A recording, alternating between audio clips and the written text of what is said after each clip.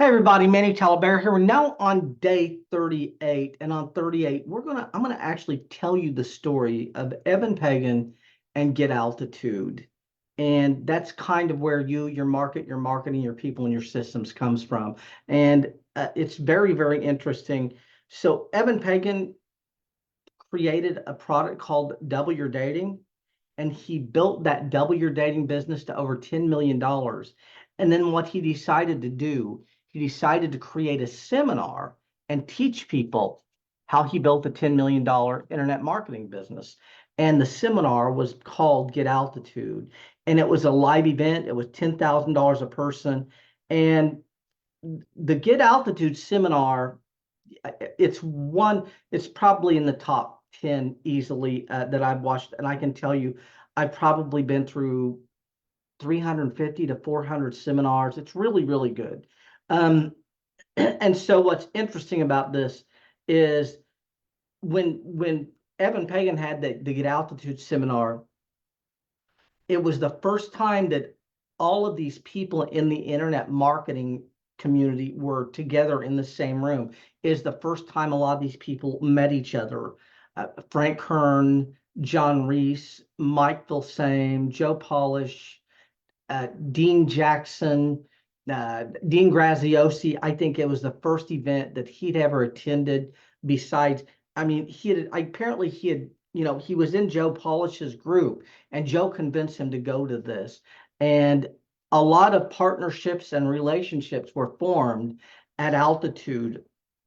But Evan Pagan did a really, really good job, and he boiled it down to, those five things. Now, if you look at what I'm doing, you know, what I'm always looking at is increase leads, increase conversion, increase average transaction size, increase frequency of purchase, increase lifetime value. I'm always focused on the five ways to grow. I'm always focused on marketing assets. There are only five ways to grow a business. If you focus on these five and you're constantly doing these things, you're going to do really well. Evan, in building this business, he focused on your market, your marketing, your people, and your systems. And so I'm going to go over these with you because I think it's really worth noting, thinking about, because I want you to look at all these things from a lot of different angles. So the first thing you need to take a look at is you. And we talked about this a lot. 3 or 4 videos ago, I said that, Stephen Larson said that, when you get in a business, when you decide you're going to start a business, a lot of character flaws blow up in your face, and you can't move forward until you fix those. And it's really the truth. You've really got to check yourself at the door. And so when Evan Pagan is talking about you, it's who you are, what you want to do. Are you a problem solver? Can you quickly put out fires? Can you run toward a problem instead of running away from it? And the problem is we are we have distraction all around us, literally. And so it's very, very easy to get distracted and run away when you're in a situation that's uncomfortable, that you don't like dealing with. Like, a lot of people just can't make offers. They can't ask for the money. A lot of people can't get in front of a camera and have a 45-minute training and be articulate.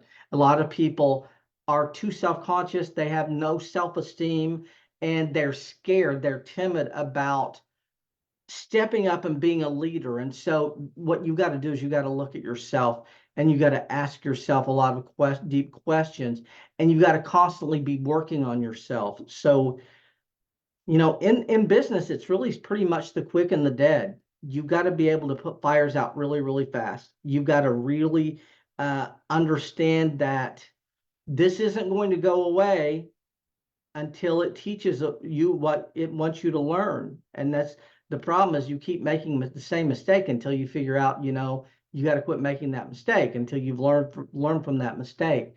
And that's what I want you to think about. And I'll tell you one more story. Before, I'm a former pool room owner turned marketer. I owned a pool room for 3 years. And I spent a lot of time around pool players. I play very, very well. My first custom cue cost, I think, 1,200, and I probably had 15 of them. And I spent a lot of time around pool players. and I went to a tournament, and this tournament was held in a bar. There was probably at least 300 people in this place. Might have been 400 or 500 people.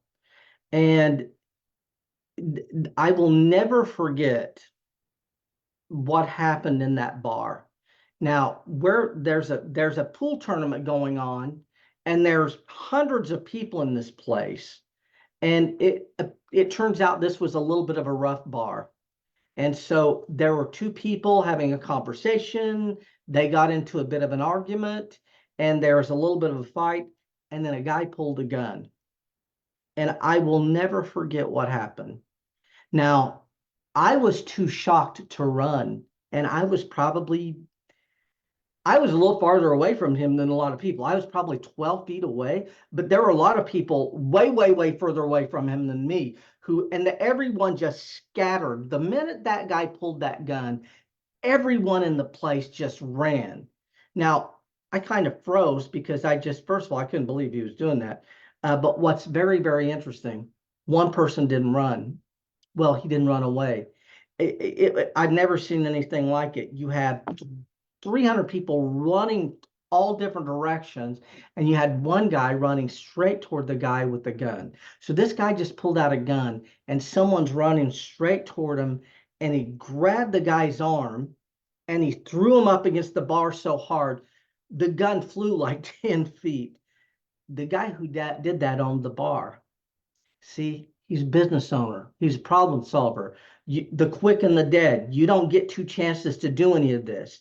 So, and I never forgot that because I was a pool room owner, and I thought, oh my God, this is how you gotta step up. And then there's this another thing too. The guy was about 10 inches taller than this dude, and the guy was solid muscle, and the guy who ran into him wasn't. So, but he grabbed the guy by the arm and he slammed him so hard the gun flew and the guy fell. And like I said, and so what you want to think about is the problem ain't going to go away. It's going to get worse if you don't address it right then. So you're going to have all of these benchmarks you're going to have to get through. So you're going to have to come up with a commercial product. Then you're going to have to come up with a commercial offer. Then you're going to have to build an email list. Then you're going to have to get in front of people and have articulate conversations that cause them to want to buy from you. You're going to have to do webinars. You're going to have to deal with Zoom and technology. You're going to, in some cases, have to do master classes, 5-day challenges, and all of that. So there's a lot of complexity here. You got a lot to learn.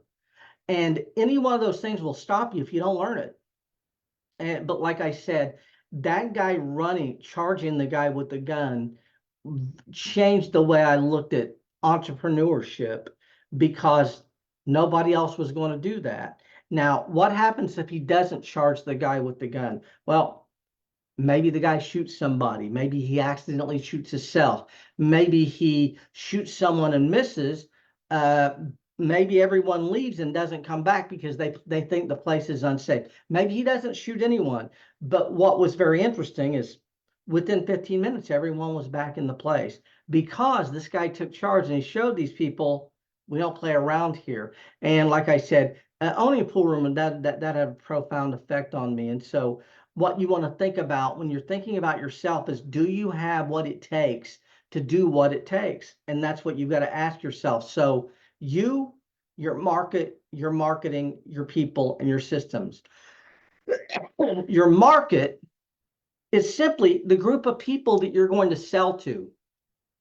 You need to get to know your market as well as you can. You can't sell to everyone. You got to create an avatar of your perfect customer. How old they are they male or female? What interests do they have? What level of education do they have? What income bracket are they in? And so you need to build that avatar of your market, and you need to constantly be trying to hone in and understand that market, that person as good as you can understand them. So you got your market. The next thing is your marketing, and your marketing is the messaging that gets these people to opt in and then gets them to buy. And so everything that you send out needs to be above board. It needs to be really, really, really good. It needs to be, like I said, second to none. It needs to be done over and over and over, and you need to get better and better and better at copywriting, photography, design. All of those things matter. So we've got your market, your marketing. The next thing is your people, and your people is the people that you're going to hire and have around you to help you build this thing. And who are you surrounding yourself with? Are you surrounding yourself with people who are going to help you to grow? Are you surrounding yourself with people who are not going to push you in the right direction? And then, when you start hiring, who are you going to be hiring, and what does that look like? And the last thing is your systems. And your systems is going to be ClickFunnels, Aweber, MailChimp, whatever you're using, you're using to create content, whatever you're using to deliver content, that is going to be your systems. And so your systems could be ClickFunnels, it could be Infusionsoft, it could be Thinkific, it could be Teachable. And the thing is, you're going to have many systems because we're going to have systems for creating funnels. We're going to have systems for delivering content. We're going to have systems for taking the money. We're going to have systems for dealing with people who are unhappy and ask for refunds. And so you need to think about all of that. So your market, your marketing, your people, and your systems, and you want to really start thinking about your business along those terms as well. And so I hope I've given you a little bit of a diatribe. I can tell you, I'm not Eben Pagan. He is a freaking genius. And if you can find altitude, I will tell you it's worth going through. Actually, I'll tell you the altitude story. I haven't thought about this one in a while. So just to tell you the altitude story, I got started on eBay, and that's how I bought my first seminar. And so that's how I bought hundreds and hundreds and hundreds of seminars. I bought them on eBay. But what happened is I started developing contacts, and I started having conversations with the people who were buying content and selling content. And I developed like probably 8 or 10 people who were really, really good friends of mine. And we would just have conversations about all this stuff that we were studying. We were kind of progressing at the same rate. And I had a guy, and I was watching altitude on eBay. It's $550 used, which is high. And what's interesting is it was 550, and a week later it was 550, and a week later it was 550, and a week later it was 550, and a week later it's 550.